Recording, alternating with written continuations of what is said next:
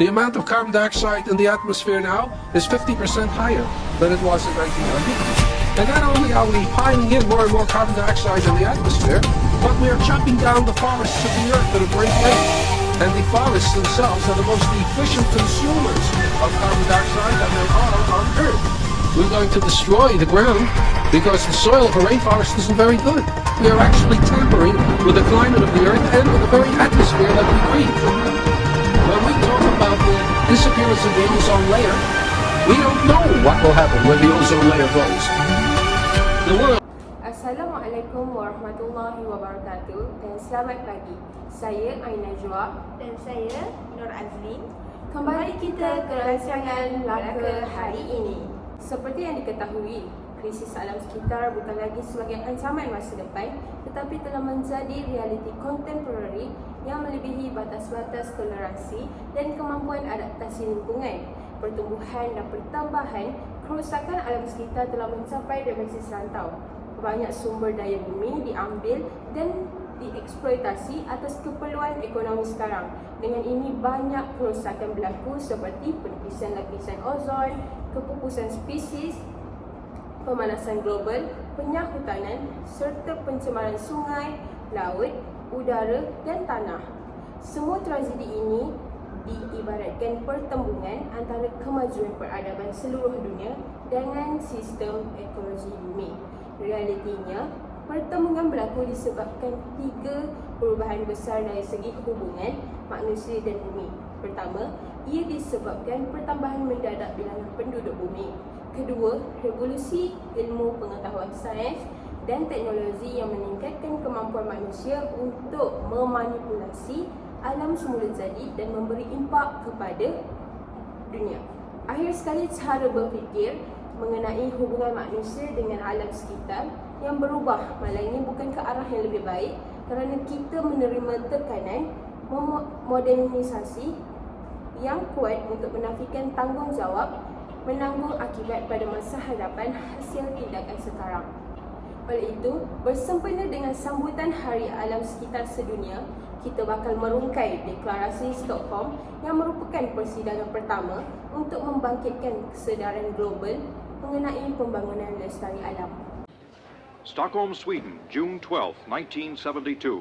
Mrs. Indira Gandhi, Prime Minister of India, arrived today to address the first United Nations Conference on the Human Environment.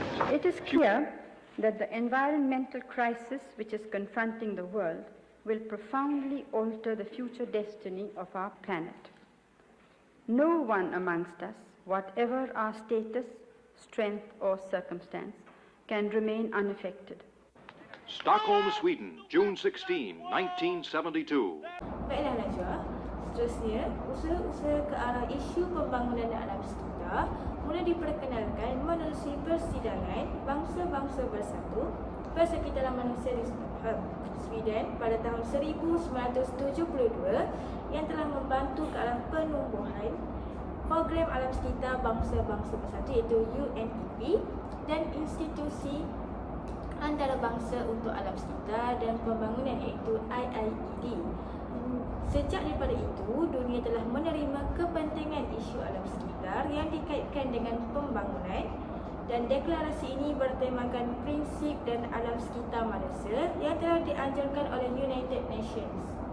Tujuannya adalah untuk mencapai satu keputusan tentang pendekatan global yang diperlukan bagi mencari penyelesaian terhadap situasi kemerosotan alam sekitar yang semakin hari semakin bertambah.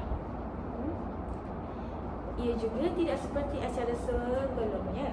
Ianya melibatkan 113 kerajaan untuk membincangkan kesan manusia terhadap alam semula jadi.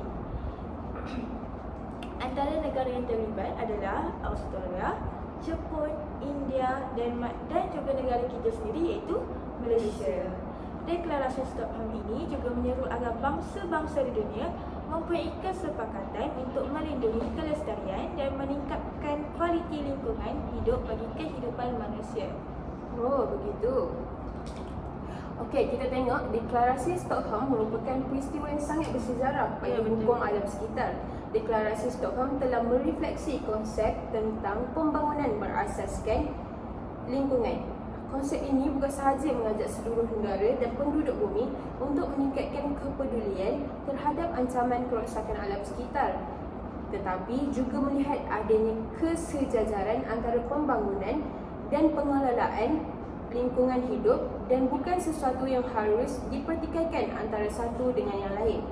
Konferensi Stockholm malah telah menerima Declaration of the Human Environment yang mengandungi 26 asas serta menurut kesepakatan negara-negara yang mengikuti konferensi tersebut sebagai pedoman bagi mereka di tahun-tahun mendatang. Azlin, awak boleh terangkan 26 asas yang diterapkan dalam konferensi Stockholm? Okey, baiklah Najwa. Pada akhir persidangan iaitu pada 16 Jun 1972, konferensi tersebut telah mengesahkan 26 asas yang telah dipersetujui oleh semua wakil persidangan. Antaranya ialah yang pertama, hak asasi untuk kebebasan, ketaksamaan dan mencakupi kehidupan dalam persekitaran, kualiti yang membenarkan kehidupan maruah dan kerjasama. Kita juga perlu memikul tanggungjawab bersungguh-sungguh untuk melindungi dan memperbaiki alam sekitar kita untuk generasi sekarang dan generasi akan datang. Okay, yang kedua adalah sumber semula jadi bumi termasuk udara, air, tanah, flora dan fauna dan mewakili ekosistem semula jadi mestilah dijaga untuk manfaat generasi kita dan akan datang melalui perancangan dan pengurusan yang teliti mengikut kesesuaian. Yang ketiga adalah keupayaan bumi untuk menghasilkan sumber-sumber penting yang boleh diperbaharui mestilah diselenggara dan di mana-mana boleh dilaksanakan iaitu dipelihara dan dipelihara.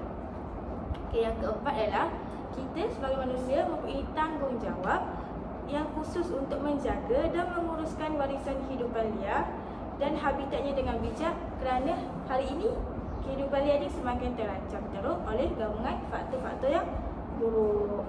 Dan yang kelima adalah sumber bumi yang tidak dapat diperbaharui mestilah digunakan dengan sebaiknya dan tidak dihabiskan seperti petroleum. Berikut adalah antara 26 asas lah yang diterapkan dalam konferensi Stockholm. Betul Najwa, kita ada 26 asas tapi hari ini saya akan menerangkan 5 asas sahaja. Okey, baik. Seterusnya, di samping 26 asas tersebut, konferensi Stockholm juga telah meluluskan 106 cadangan yang dibuatkan dalam Action Plan International yang terdiri daripada 3 bahagian kerangka, iaitu yang pertama ialah A Global Assessment Program yang juga dikenali sebagai Earthwatch. Manakala bahagian kedua ialah Environmental Management Activities dan bahagian terakhir ialah Supporting Measures, Education and Training, Public Information and Organizational and Financing Arrangements.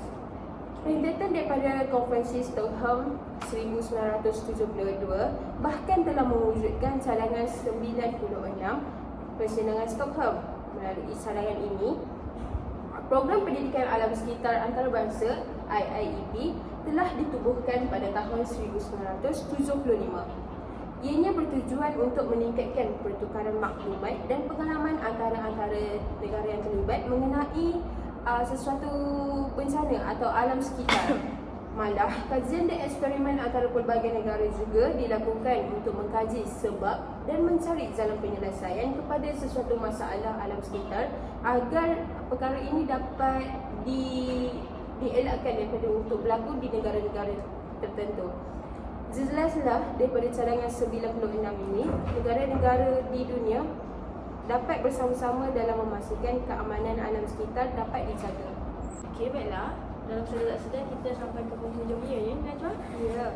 Okey, konklusinya, setelah 50 tahun deklarasi Stockholm ini dijalankan, namun kita masih mengalami masalah pencemaran alam sekitar yang lebih teruk dan kritikal pada hari ini. Betul? Konservasi dan preservasi terhadap ekosistem bukan semata-mata untuk melindungi kehidupan liar dan pokok, tapi kita juga harus sedar bahawasanya kesan terhadap kemusnahan ekosistem juga memberi impak terhadap sosial, ekonomi dan budaya tempatan masyarakat. Pada masa yang sama, kita juga tetap perlu menyokong mana-mana pembangunan yang bersifat lestari. Lestari yang bukan hanya pada nama tetapi juga kepada ketelusan yang bebas daripada korupsi dan manfaat yang dapat diberikan kepada taraf hidup manusia, kelangsungan ekonomi dan pemeliharaan alam sekitar. Itu Itu sahaja isu yang dikupaskan bersempena Hari Alam Sekitar Sedunia pada hari ini.